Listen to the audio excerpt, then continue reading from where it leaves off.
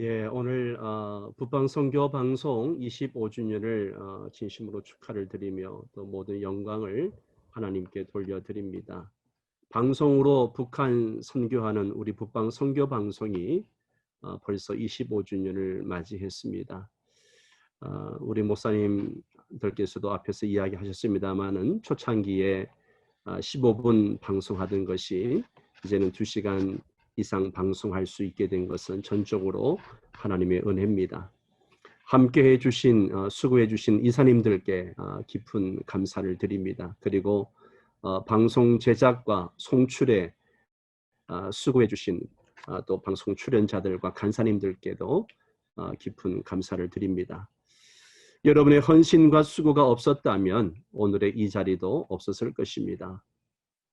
앞으로도 방송을 통하여 저 북녘 땅에 있는 우리 동포들과 탈북민들에게 위로와 소망이 되는 방송이 되기를 기원합니다. 지금 코로나 때문에 전 세계가 고통을 당하고 있는 가운데 한국 교회도 큰 어려움을 당하고 있습니다. 아마 이사 목사님들 마음도 너무 큰 어려움을 가지고 있으리라 생각합니다. 고통 중에 가장 큰 고통은 하나님을 온전히 예배할 수 없다라고 하는 사실. 이것이 우리에게 너무나 큰 고통이죠. 하나님이 제일 기뻐하시는 것이 하나님을 예배하는 것입니다. 하나님을 예배하라고 우리를 지으셨습니다. 우리가 북한에 방송을 송출하고 그들에게 복음을 전하는 이유도 그 땅 백성들이 하나님을 예배하는 민족이 되기를 원하기 때문에 하는 것입니다. 반대로 사탄이 제일 싫어하는 것도 하나님을 예배하는 것입니다. 사탄은 어떻게 해서든지 예배를 방해하려고 수단 방법을 가리지 않습니다. 사탄은 하나님의 형상과 모양대로 지음받은 인간이 예배 자리를 떠나면 모든 것이 무너진다는 것을 누구보다 잘 알고 있습니다. 그렇기 때문에 어떻게 해서든지 예배를 드리지 못하는 상황을 만들고 예배 자리를 떠나게 만듭니다. 그러나 더 안타까운 것은 코로나도 힘든데 이 상황을 놓고 서로 남 탓하고 서로 공격하고 비판하고 정죄한다는 것입니다. 이것은 정치권만 그런 것이 아니고 한국 교회 안에도 이런 싸움이 벌어지고 있다는 게 너무 마음이 아픕니다. 우리는 지금 이 상황을 옳고 그름의 문제로 접근해서 서로 정죄하고 비판해서는 안 됩니다. 이 문제를 영적으로 접근하고 해석하고 적용해야 합니다. 왜 하나님이 이런 상황을 우리에게 허락하셨는가? 저는 목사이기 때문에 목사로서 하나님 앞에 죄송한 마음을 숨길 수가 없습니다. 한국 교회가 이렇게 수치를 당하는 것이 목사들의 잘못인 것 같아 너무 괴롭습니다.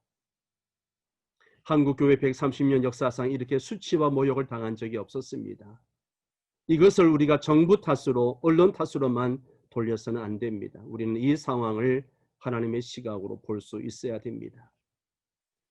이사야와 예레미야와 에스겔서에 많이 나오는 단어 중에 하나가 수치라는 단어입니다. 하나님을 거짓되게 예배하고 하나님을 거역하고 우상 숭배하고 악을 행한 이스라엘 백성들에게 수치와 모욕을 당하도록 허락하셨습니다. 여러분, 수치와 모욕을 당하는 것은 다 이유가 있습니다. 그런데 그들은 그 수치와 모욕을 당하면서도 자신의 잘못을 깨닫지 못하고 우리와 똑같이 서로 남 탓하고 하나님을 원망하고 불평했습니다. 예레미야 22장 22절에 보면 내 목자들은 다 바람에 삼켜질 것이요 너를 사랑하는 자들은 사로잡혀 가려니 그때에 네가 반드시 내 모든 악에서 수치와 욕을 당하리라. 너희의 모든 악 때문에 수치와 욕을 당한다라고 하셨습니다. 그들이 어떤 악을 행했는가? 21절에 보면 내가 평안하였을 때에는 내가 너희에게 경고를 하여도 나는 듣지 않겠다 하고 거부하였다. 너는 어렸을 때부터 이런 버릇이 있어서 언제나 나의 말을 듣지 않았다 라고 말씀하십니다. 평안할 때 아무 근심이 없고 잘 먹고 잘 살 때 하나님이 그들에게 경고했습니다. 하나님만 예배해라. 우상 숭배하지 말아라. 율법대로 살아라. 그랬는데도 그들은 나는 듣지 않겠다라고 말하고 이것이 어렸을 때부터 버릇이 되었다라고 말합니다. 하나님의 말씀을 듣지 않는 것이 습관이 되었습니다. 죄 짓는 것이 습관이 되었습니다. 이렇게 하나님 말씀을 거역하고 악을 행하는 이스라엘 백성들을 수치와 모욕을 당하도록 하셨다는 것입니다. 오늘 우리가 읽은 36장에서도 죄 없는 사람의 피를 흘리고 온갖 우상 숭배로 땅을 더럽힌 이스라엘 백성들을 하나님이 심판하시고 그들을 이방 나라에 흩으신 내용을 말씀하고 계십니다. 그런데 이것은 또 다른 문제를 일으켰습니다. 왜냐하면 당시 고대 근동 지역 사람들의 세계관으로 보면 어느 신을 섬기는 민족이 패배하면 그 민족이 섬기는 신의 패배로 인식되었습니다. 다시 말하면 자신을 섬기는 민족을 지켜주지 못하고 보호하지 못하는 무능력하고 수준이 낮은 신으로 인정되었다는 것입니다. 그래서 이스라엘 백성이 여러 나라로 흩어지면서 가는 곳마다 하나님의 이름이 이방인들의 입에서 조롱거리가 되었다라고 20절에 말하고 있습니다. 여러분, 오늘 우리도 마찬가지가 아닙니까? 우리가 잘못하면 나만 욕먹는 게 아닙니다. 사람들이 예수 믿는 것을 알기 때문에 하나님까지 욕먹이게 되는 것이죠. 우리의 현실을 보십시오. 지금 한국교회에 참 억울한 것이 많은 것이 사실입니다. 우리는 방역을 잘하고 잘 협조해 왔습니다. 몇몇 교회 집단 감염이 이루어진 것 가지고 정부와 언론이 하나가 되어서 한국교회 전체를 매도하고 어려움을 주고 있습니다. 한국교회를 혐오단체로 규정을 하는 그런 모습을 봅니다. 당연히 억울합니다. 그러나 억울해할 것만은 아니라 우리의 모습을 돌이켜 볼 수 있기를 바랍니다. 하나님이 한국교회가 이런 수치와 모욕을 당하게 하는 데는 반드시 하나님의 뜻이 있다고 저는 생각합니다. 저는 이번 기회가 한국교회가 다시 본질로 돌아갈 기회라고 생각합니다. 우리 교회는 진리에 바로 서 있는 교회인가? 세상의 가치보다 하나님의 법과 질서를 따라 움직이는 교회인가? 하나님이 교회를 이 땅에 세우신 이유가 무엇인가? 교회의 사명은 무엇인가? 우리 교회는 무엇을 향해 나가야 하는가? 이 코로나 기간 동안에 계속 제가 묵상하며 기도하는 내용입니다. 하나님은 이번 기회를 통하여 한국교회가 교회로서의 본질을 회복하기를 원하십니다. 상처받은 세상을 치료하는 교회, 복음으로 세상을 구원하는 교회가 되기를 원하십니다. 화려한 건물이나 프로그램이나 이벤트가 아니라 오직 예수, 오직 복음으로 이 민족을 살리시기를 원하십니다. 우리는 이 본연의 사명에 충실해야 됩니다. 복음으로 사람을 살리고 키우고 고치는 교회가 되어야 됩니다. 또 한 가지 우리는 흩어진 교회로서의 모습은 어떠한가를 돌아보아야 합니다.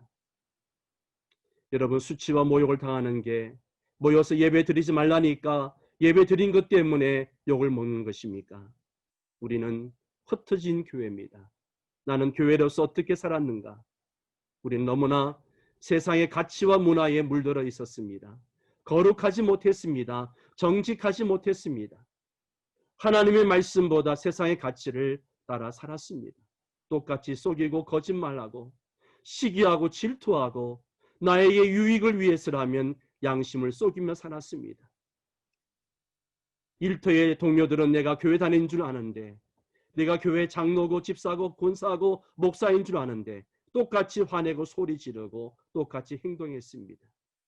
주의 거룩한 이름을 더럽힌 것을 우리는 회개할 수 있어야 됩니다. 여러분, 우리의 일터는 하나님 보내신 거룩한 일터입니다. 하나님의 영광을 나타내야 할 곳입니다. 그런데 나 때문에 하나님의 이름이 욕을 먹습니다. 우리는 하나님의 거룩한 이름이 높임을 받으시도록 해야 합니다. 하나님의 거룩한 이름이 찬송받으시도록 해야 합니다. 이 모든 것이 우리의 거룩한 삶에 달려 있습니다. 우리가 이 세상 가운데서 거룩하게 구별되어 살면 거룩한 하나님의 이름이 높임을 받게 됩니다. 저는 이것이 한국교회의 선교 동력이라고 생각합니다. 우리가 선교의 사명을 감당하려면 먼저 우리가 거룩한 삶을 살아야 됩니다. 북한 선교는 한국교회에 주어진 가장 중대한 사명이라고 생각합니다. 특히 지금 시대에 북한 선교보다 중요한 것은 없습니다. 우리 북방 선교 방송이 이 사명을 인식하고 달려가기 위해서는 더 한국교회가 건강해지고 더 한국교회가 사명을 잘 감당할 수 있어야 됩니다. 오직 예수, 오직 복음으로 일어서서 한국교회가 선교 동력에 힘을 얻어서 참으로 북방 선교에 힘을 쓸 수 있게 되기를 바랍니다. 하나님은 지금도 당신의 거룩한 이름이 곳곳에서 드러나기를 원하십니다. 저 북녘 땅에서도 하나님의 거룩한 이름이 드러나기를 원하십니다. 오늘 21절 말씀을 보면 그러나 이스라엘 족속이 들어간 그 여러 나라에서 더럽힌 내 거룩한 이름을 내가 아꼈노라 그랬습니다. 세 번역으로 다시 한번 읽어드리겠습니다. 나는 이스라엘 족속이 여러 나라에 흩어져서 가는 곳마다 더럽혀 놓았지만 내 거룩한 이름이 더럽혀지는 것을 그대로 둘 수 없다. 하나님은 저 북녘 땅에서도 당신의 거룩한 이름이 드러나기를 원하십니다.